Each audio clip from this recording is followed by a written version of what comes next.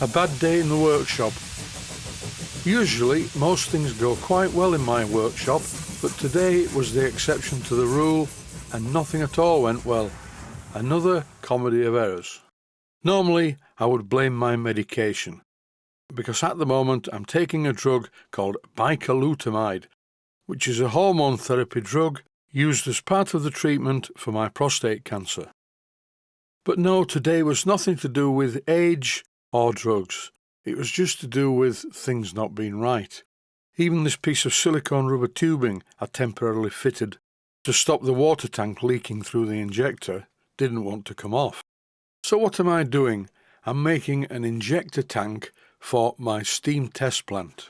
Before live steam injectors pick up and inject the water into the boiler, they normally throw quite a lot of it out into the overflow, hence the double tank. Now the time has come to pipe the injector to the boiler, and already I am annoyed because my next door neighbour's dogs are barking incessantly as they do every time I go into my workshop. I'm going to do something about this. The first thing I want to do is pipe the steam feed from the top of the boiler down to the injector's inlet. And here I'm bending a piece of copper pipe to fit between the 2 points. I do like piping to be neat, and the job appeared to start off well, but here is error number 1, incorrect piping of the injector. I don't know why I did this, it was a bit stupid, but I'm piping the injector the wrong way round. I bent the piece of 5/32 of an inch pipe to the correct shape, and after silver soldering suitable unions onto each end of the pipe, I cleaned everything up using a variety of methods, and this is what it looks like. Quite nice. As usual, I fix one end in place and then look where the other end's going to go. I cut the pipe to the correct length and silver soldered the other union at this end. Error number 2, bad silver soldering.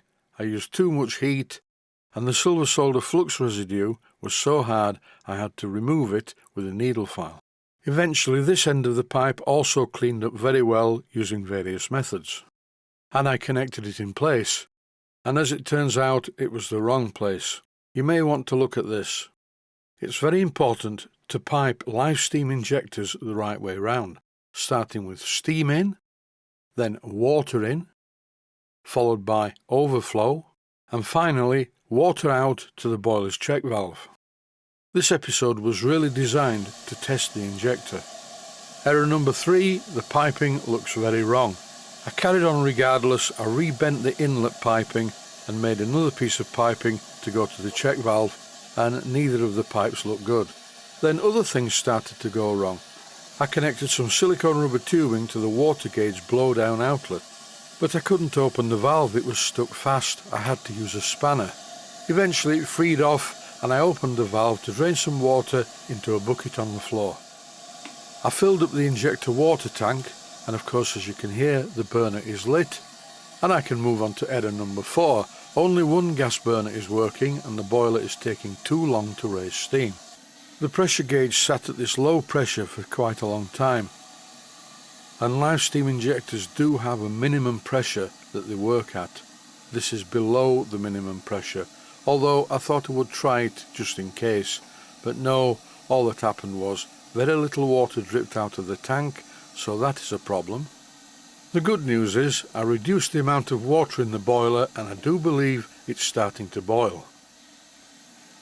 All that happens though when I open the water valve and the steam valve is steam blows back into the overflow, which can be a problem with live steam injectors, but I didn't expect it to work at such a low pressure.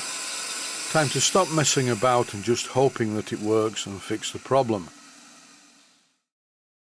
After I removed the gas jet and unblocked it using my compressed air line, the second burner is now working, and the pressure is starting to rise a little bit quicker than it did. This boiler is quite large and it really does need every ounce of power from the 2 burners. The working pressure of this boiler is 60 pounds per square inch, and now that both of the burners are lit, the pressure is now approaching 50 pounds per square inch. I opened the injector water valve and then the steam valve, and after a bit of messing about, it started to pump water into the boiler. Albeit very slowly, I'm going to scrap this installation and use a number 4 injector and remake part of the tank. and I will remember to turn the next injector the other way around. A very bad day in the workshop, but never mind. Stay safe, stay healthy. Thanks for watching, and I hope you found it useful. Please take the time to visit my Mainsteam Models website and click on the section of the website that says Video Playlists. And by doing that, you can find other videos that you may like to watch. And by using the playlists, you can actually watch the videos back to back.